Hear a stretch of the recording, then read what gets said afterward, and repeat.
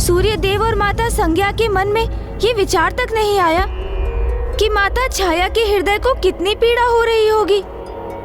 फिर तो वो वहीं पीड़ा के घूंटों का पान करने पर विवश रह गई होंगी, क्योंकि सूर्यदेव ने तो अब तनिक भी माता छाया का सुध नहीं लिया होगा, अस्वीकार कर चुके होंगे उनके अस्तित्व को ही। किंतु फिर सूर्यदेव ने क्या किया लंकेश? जब माता संध्या ने उनके साथ चलने में असमर्थता जताई, क्या उन्होंने पुनः माता छाया को ही स्वीकार कर लिया?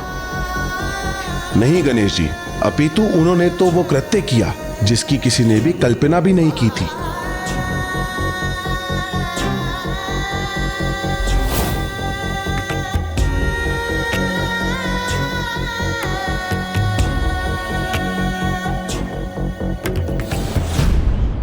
छाया तो छाया ही है, उन पर प्रकाश का, तेज का कोई प्रभाव कहां हो सकता है पर? इसलिए मेरा तेज भले ही उनके लिए सहनीय था, किंतु आप चिंता मत कीजिए, मैं अपने इस तेज को कम करने का उपाय शीघ्र ही निकाल लूंगा और शीघ्र आपके पास लौटूंगा।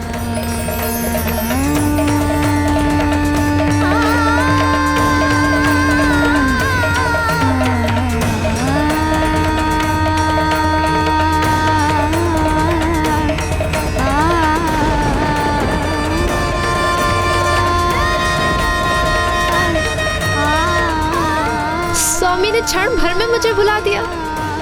देवी संज्ञा, आपको तो सब ज्ञात है, आप भी तो नारी हैं, आप तो मेरे मन की वेदना को अवश्य समझेंगी।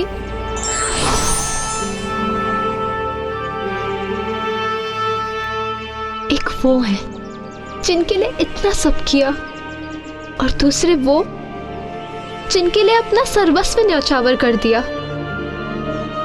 दोनों ऐसे मुंह फेर के चले गए जैसे इस छाया का कोई अस्तित्व ही नहीं है।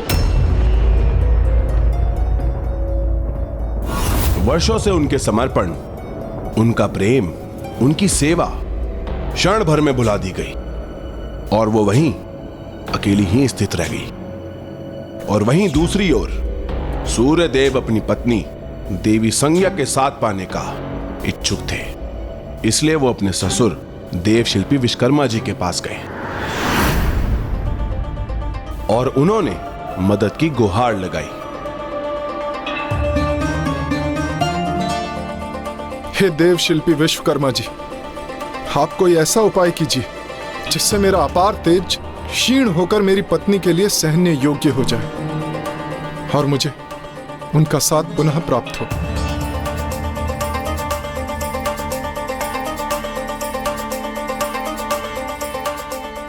आप उचित समय पर आए हैं सूर्यदेव, क्योंकि आज ही मैंने एक विशेष अस्त्र का निर्माण किया है। कदाचित ये आपकी समस्या का निवारण कर सकता है। अगर आपकी यही इच्छा है, कदाचित ये अस्त्र इस कार्य के लिए सर्वथा उपयुक्त है।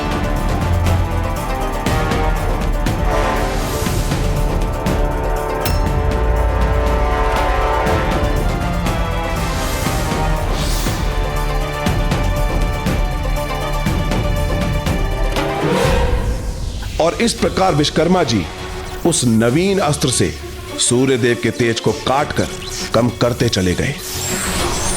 और जो अस्त्र सूर्य के तेज से निर्मित हुए, उन्हें देवताओं ने प्राप्त किया, जैसे कि गदा कुबेर जी को, वरुण फांस वरुण देव को, शूल रूपी वायु अस्त्र वायुदेव को, बाण रूपी अग्नि अस्त्र अग्निदेव को प्राप्त हुए, और महादेव को त्रिशूल और विष्णुदेव को चक्र की प्राप्ति हुई।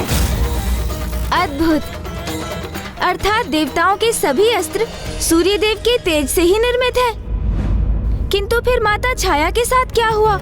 अपने अतिरिक्त तेज को विलक कर सूर्यदेव पुनः देवी संज्ञा के निकट पहुंचे, किंतु वहां देवी संज्ञा से भी अधिक आतुरता से देवी छाया उनकी प्रतीक्षा में थी और उनकी आशा थी कि सूर्यदेव लौट कर आएंगे और उन्हें अपने साथ वापस लेकर जाएंगे।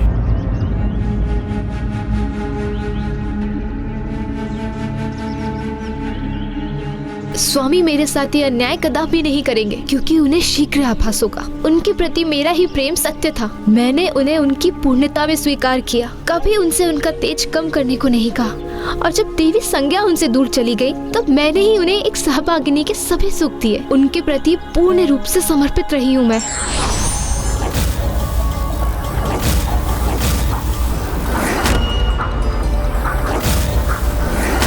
नहीं स्वामी, ये आपने क्यों किया? अपना सुंदर और दिव्य तेज खो दिया।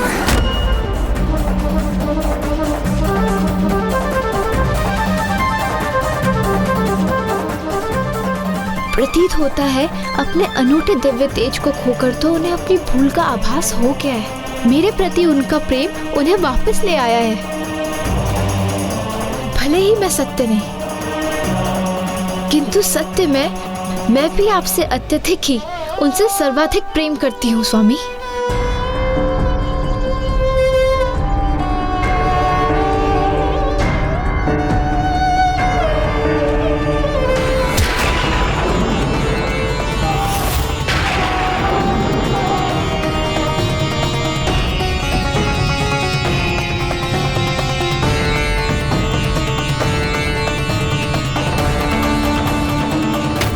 स्वामी ने तो मुझे देखा तक नहीं। वो मेरी ओर नहीं, देवी संज्ञा की ओर जा रहे हैं। सूर्यदेव ने देवी छाया से आगे बढ़कर देवी संज्ञा के साथ अश्वरूप धारण किया और उन दोनों के दिव्य संयोग को साक्षी बनने पर विवश हो गई।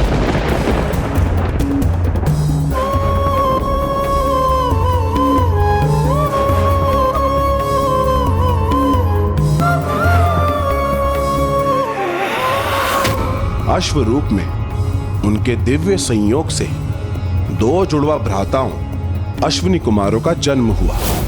उनकी सुंदरता की ख्याति पूरे ब्रह्मांड में फैल गई थी और जिन्हें भविष्य में देव चिकित्सक होने की उपाधि भी प्राप्त हुई और 33 कोटि सर्वोच्च देवताओं के भाग भी बने।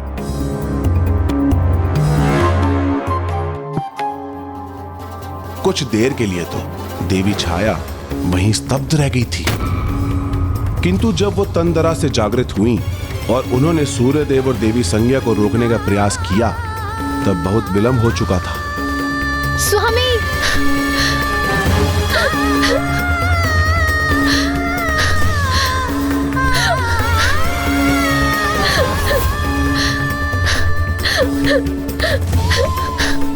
कौन हूं मैं? क्या हूं मैं? इस प्रश्न का उत्तर तो देते जाते। क्या मेरे सत्य में कोई अस्तित्व नहीं है? क्या मैं मात्र एक तुच्छ वस्तु हूं जिसके उपयोग के उपरांत उसे अपनी दृष्टि से दूर कर दिया गया?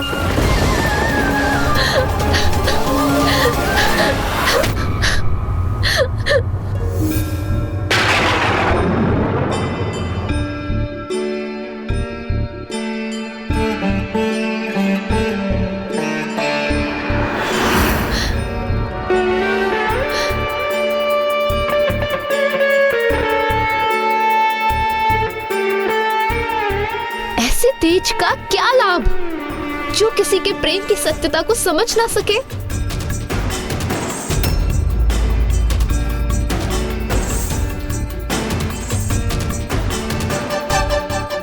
सूर्यदेव और माता संज्ञा दोनों माता छाया को भूल कैसे गए? क्योंकि माता छाया ने तो माता संज्ञा के आदेश का पालन करते हुए वर्षों सूर्यदेव की सेवा की, उनकी संतानों का ध्यान रखा, किंतु फिर भी उन दोनों को माता छाया का स्मरण तक ना रहा। देवी छाया देवी संज्ञा की ही प्रति छाया थी, किंतु ये किसे ज्ञात रहता है कि उसकी छाया उसके पीछे चल भी रही है या नहीं। तो फिर क्या माता छाया ने भी सूर्यदेव और माता संज्ञा को स्वयं को भूलने दिया? क्या वो इतनी असहाय हो गई कि वो उनसे अपना अधिकार मांगने भी नहीं गई? जब जीवन में कोई मार्ग शेष न रह जाए, तब मानव भगवान के द्वार पे ही नतमस्तक होता है और उन्हीं के ही शरणों में जाता है। देवी छाया ने भी अन्न जल का त्याग कर प्रभु महादेव की तपस्या की। ओम नमः शिवाय। सोमनाथ च श्रीशैले मल्लिकार्जुनम् उज्जैन्यां महाकालमोङ्कारं परमेश्वरं केदारं हिमवत्पृष्ठे डाकियां भीमशङ्करम्। गर्भवती होकर भी वो अन्न जल का त्याग कैसे कर सकती थी? अपमान की अग्नि ने उन्हें उनकी ही ममता बुलवा दी। वो स्वयं भूख ही प्यासी रही और उनकी संतान भी। ओम नमः शिवाय। ओम सृष्टि के आप ही नाथ शिव शंभु जय भोलेनाथ। लंबी जटाएं हैं किए गंगा को धार लिए। डमरू त्रिशूल है हाथ त्रिनेत्र जय भोलेनाथ। सृष्टि के आप ही नाथ जय भोलेनाथ। तन्वे भस्म है मले नागधरा। रुद्राक्ष हर क्षण है साथ बम बोल बम भोलेनाथ। सृष्टि के आप ही नाथ शिव शंभु जय भोलेनाथ। सृष्टि के आप ही नाथ शिव शंभु जय भोलेनाथ। ये तो अनुचित है, वर्जित है। जी गणेश जी, एक गर्भवती स्त्री को कभी उपवास नहीं करना चाहिए। बाहर अग्नि के ताप का प्रभाव हो या ना हो, किंतु भीतर भूख की अग्नि तो शिशु को पीड़ा ही देती है। वही हुआ देवी छाया के शिशु के साथ भी। वो अपने तेज का उजलापन खोकर स्याह पड़ता जा रहा था। गर्भवती स्त्री का प्रथम धर्म है अपने शिशु की देखरेख, और उस समय तो एक माँ के सुख दुख से भी बढ़कर उसके गर्भ में पल रहे उसके शिशु का सुख है, अन्यथा उसका शिशु अवश्य प्रभावित होता है। आप उचित कहते हैं गणेश जी, किंतु उस समय देवी छाया निराशा के अनंत पीड़ा से जूझ रही थी। अपनी सूझबूझ खो चुकी थी वो, और उन्हें तो बस प्रभु शिव शंकर शंभु की तपस्या से ही आस थी। लंकेश जी, जल।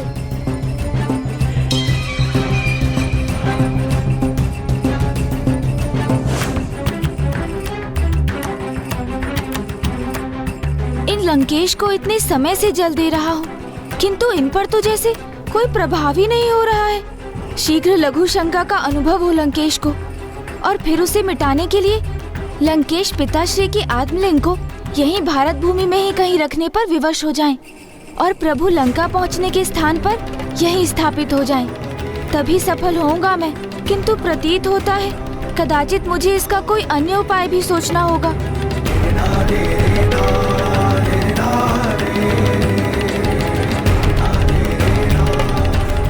अब क्या विचार कर रहे हैं शिवनंदन? यही ना कि आगे क्या हुआ? हाँ लंकेश जी। अनेकों माह देवी छाया तप करती रही, और उनकी तप की अग्नि में वृद्धि भी होने लगी, और वो इतनी ऊंची उठ गई कि वो कैलाश की ऊंचाई तक जा पहुंची। ओम नमः शिवाय। ओम नमः शिवाय। ओम नमः शिवाय। ओम नमः शिवाय। ओम नमः शिवाय। ओम नमः शिवाय। ओम नमः शिवाय। ओम नमः शिवाय। ओम नमः शिवाय।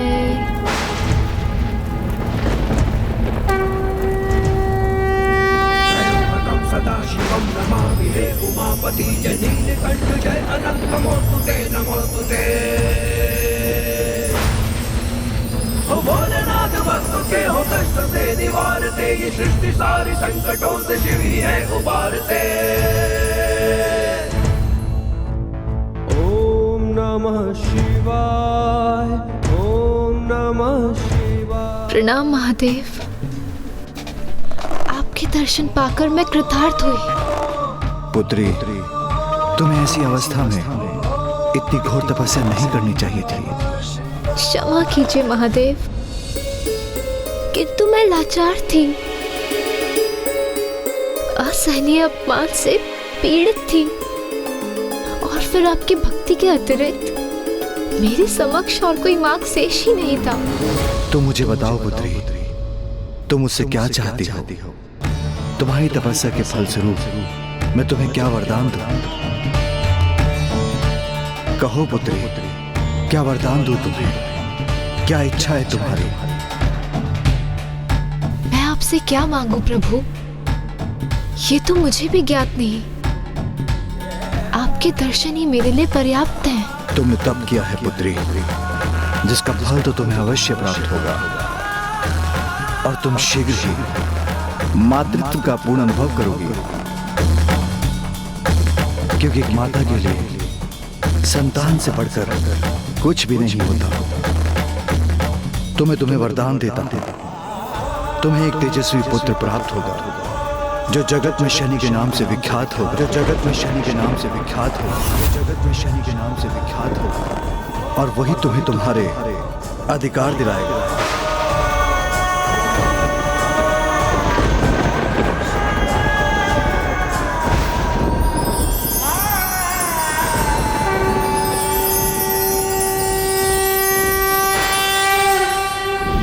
उनके जन्म के पूर्व ही शनिदेव को तेजस्वी होने का वरदान दे दिया प्रभु ने।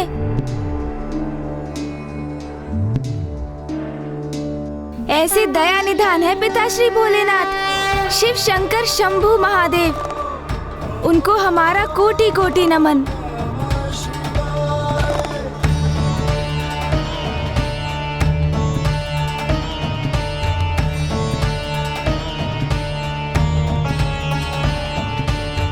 महादेव, हम आपकी अनंत अपार महिमा की करबद्ध होकर वंदना करते हैं।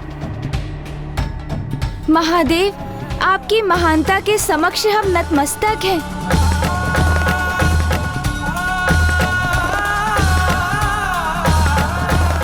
महादेव शिव शंकर शंभु की जय। महादेव शिव शंकर शंभु की जय। जय महादेव शिव शंकर शंभु की जय। महादेव शिव शंकर शंभु की। यही तो मैं चाहता था लंकेश, कि आप प्रभु महादेव की जय जयकार करने की धुन में पिताश्री के आत्मलिंग को यहीं रख दें और ये यहीं स्थापित हो जाए।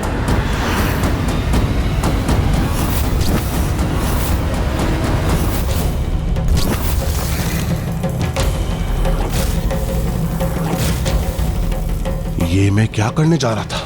कहीं गणेश जी मुझसे यही कराने के इच्छुक तो नहीं है?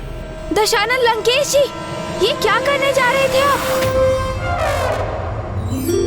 तनिक सचेत रहिए।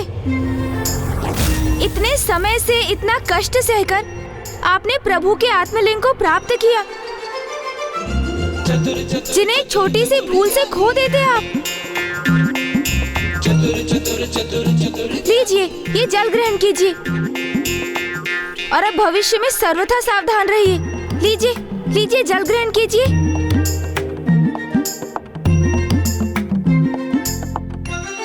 बहुत ही सतर्क और सावधान है रावण। सरल नहीं है उन्हें किसी भी प्रकार से छल लेना।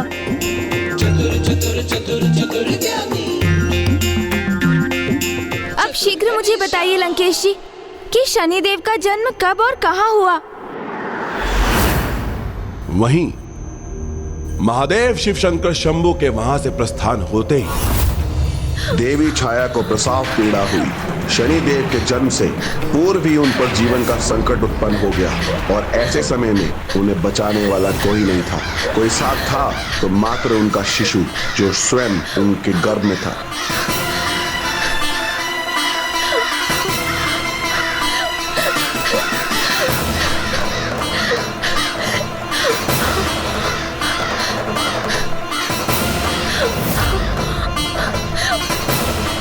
ये काक कहीं मेरी संतान को कष्ट पहुंचाने के लिए तो एकत्र नहीं हो रहे।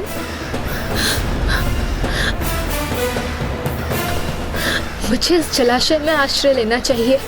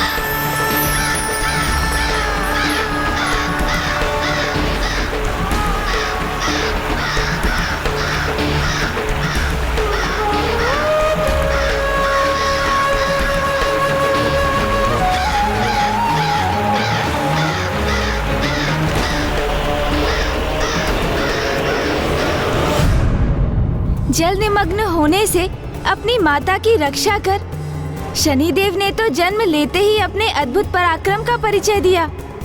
ये तो उनका प्रथम दायित्व था, किंतु उनके मां के प्रति उनका वास्तविक कर्तव्य अभी शेष था।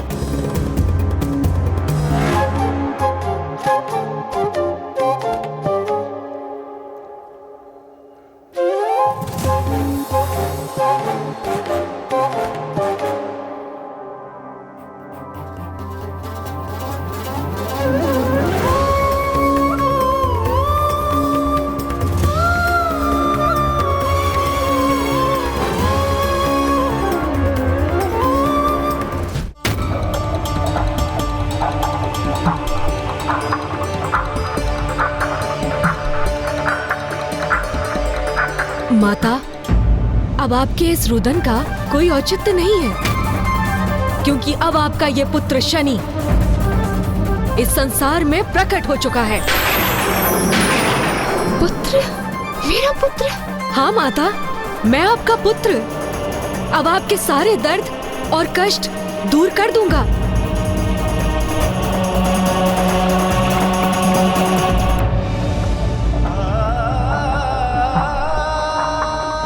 आपकी पीड़ा का आभास तो मुझे तब से है माता, जब से मैं आपकी गर्भ में था। मैंने तभी से आपके प्रत्येक कष्ट का अनुभव किया है। उन सभी पीड़ाओं का, उन कष्टों का निदान करने का अब समय आ गया है माता। आपने तो मेरे पिता सूर्यदेव की अर्धांगिनी के समस्त कर्तव्यों का निर्वाह किया, इसीलिए अब आपको आपका उचित अधिकार प्राप्त होना चाहिए, जो मैं आपको अवश्य दिलवाऊंगा माँ। फिर भले ही ऐसा करने के लिए मुझे मेरे पिता से युद्ध क्यों ना करना पड़े।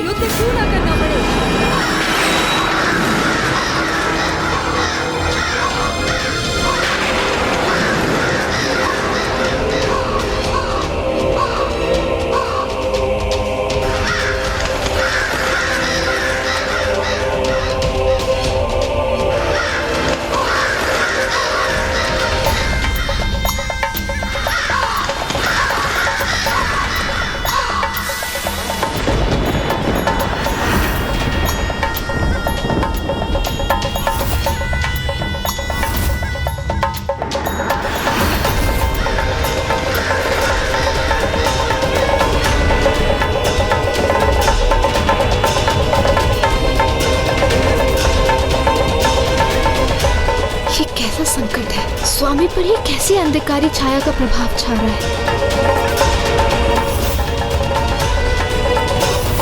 आइए माता, अब सबको आपके त्याग, आपकी ममता को बताने का समय आ चुका है। आपके सुकर्म, ममता, करुणा, सेवा के फल स्वरूप आपके उचित अधिकार प्राप्त करने का अब समय आ गया है। कितना अद्भुत रहा होगा ना कि जन्म लेते ही एक अल्पायु बालक होने पर भी कर्मों के आधार पर वो अपनी माता को उनके उचित अधिकार दिलाने के लिए तत्पर हो गए थे। अर्थात शनिदेव तो जन्म से ही कर्म प्रधान थे। लीजिए, जल ग्रहण कीजिए दशानन।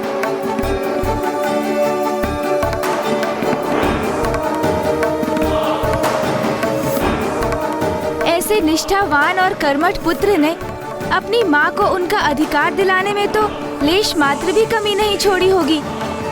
हाँ शिवनंदन, इधर बालक शनि ने उसी प्रयोजन से सूर्य लोक के लिए प्रस्थान किया।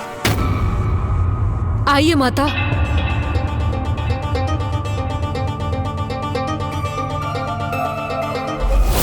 किंतु उधर सूर्य देव किसी भी भावी संकट से अनभिज्ञ, सर्वथा निश्चिंत थे।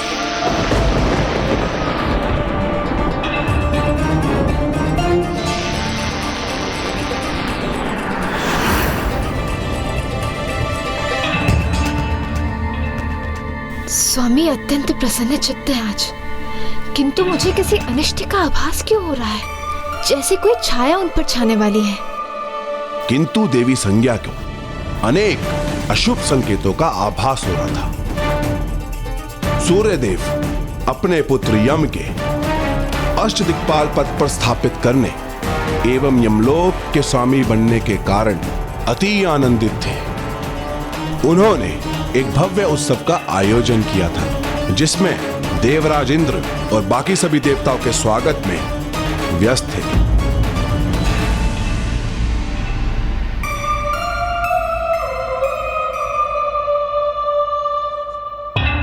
क्या हुआ प्रिय? इस महाउत्सव के अवसर पर आप चिंतित क्यों प्रतीत हो रही हैं? मुझे अशुभ संकेत दिखाई दे रहे हैं स्वामी। किसी अनिष्ट, किसी विपदा के आगमन का आभास हो रहा है।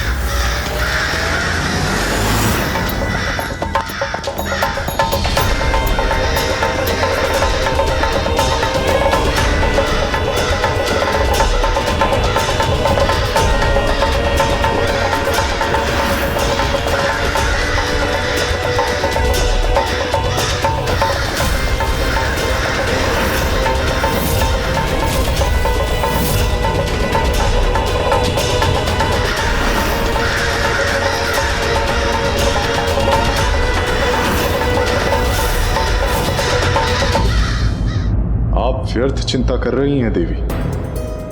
अग्निदेव है यहाँ, जिनका अग्नि अस्त्र बड़ी से बड़ी विपदा को भी जलाकर राख कर सकता है। वायुदेव है, जो बवंडर का रूप धारण कर बड़ी से बड़ी विपदा को भी उड़ाकर दूर करने में सक्षम है। वरुण देव, जो अपने जल में समाहित कर किसी भी विपदा को भस्म कर सकते हैं। और स्वयं इंद्रदेव भी तो है, जिनके वज्र के समक्ष कोई भी विपदा टिक नहीं सकती। और मैं भी तो हूं, मैं अपने प्रचंड तेज से किसी भी विपदा को मिटाने में सामर्थ्य हूं। इसीलिए आप अपनी चिंता त्याग दीजिए।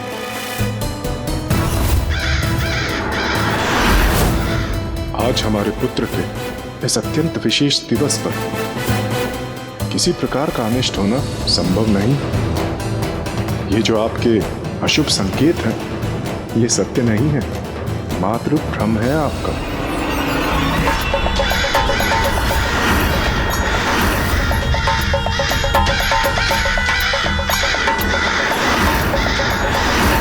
आज तो हमारे लिए यही उचित होगा कि हम पूर्ण आनंद का आभास करें और अपने सुयोग पुत्र अति शक्तिशाली यम को बधाई और आशीष दें।